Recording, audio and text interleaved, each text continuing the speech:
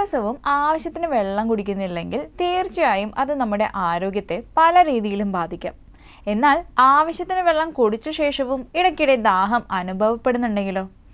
ദാഹം മാത്രമല്ല, തൊണ്ടയും വായയുമെല്ലാം വരണ്ടു പോവുക, ഒപ്പം ഇടവിട്ട് മൂത്രശങ്ക എല്ലാം അനുഭവപ്പെടുന്നുണ്ടെങ്കിലോ?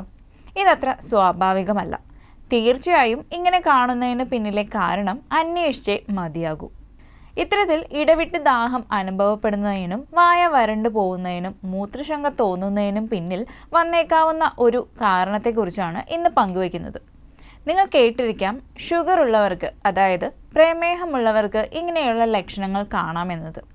പക്ഷേ പ്രമേഹമുള്ളവരിൽ മാത്രമല്ല, വലിയ രീതിയിൽ പ്രമേഹ സാധ്യതയുള്ള സമീപ ഭാവിയിൽ തന്നെ പ്രമേഹത്തിലേക്ക് കടന്നേക്കാവുന്ന പ്രീ ഡയബറ്റിസ് എന്ന അവസ്ഥയിലുള്ളവരിലും ഇങ്ങനെ കാണാൻ സാധിക്കും.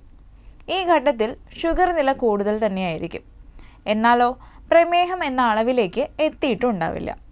അധികവും ഇടവിട്ട് ദാഹിക്കുന്നതും വായ വരണ്ടു പോകുന്നതും ഇടവിട്ട് മൂത്രശങ്കയുണ്ടാകുന്നതുമെല്ലാം പ്രീ ഡയബറ്റീസിൻ്റെ ഭാഗമായി തന്നെ ആകാമെന്നാണ് ഡോക്ടേഴ്സ് പറയുന്നത്.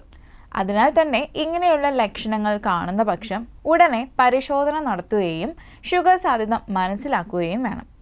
ഇതിലൂടെ പ്രമേഹത്തിൽ എത്താതെ നോക്കാനോ എത്തിയാലോ നിയന്ത്രണങ്ങൾ നിൽക്കാനോ സാധിച്ചേക്കാം.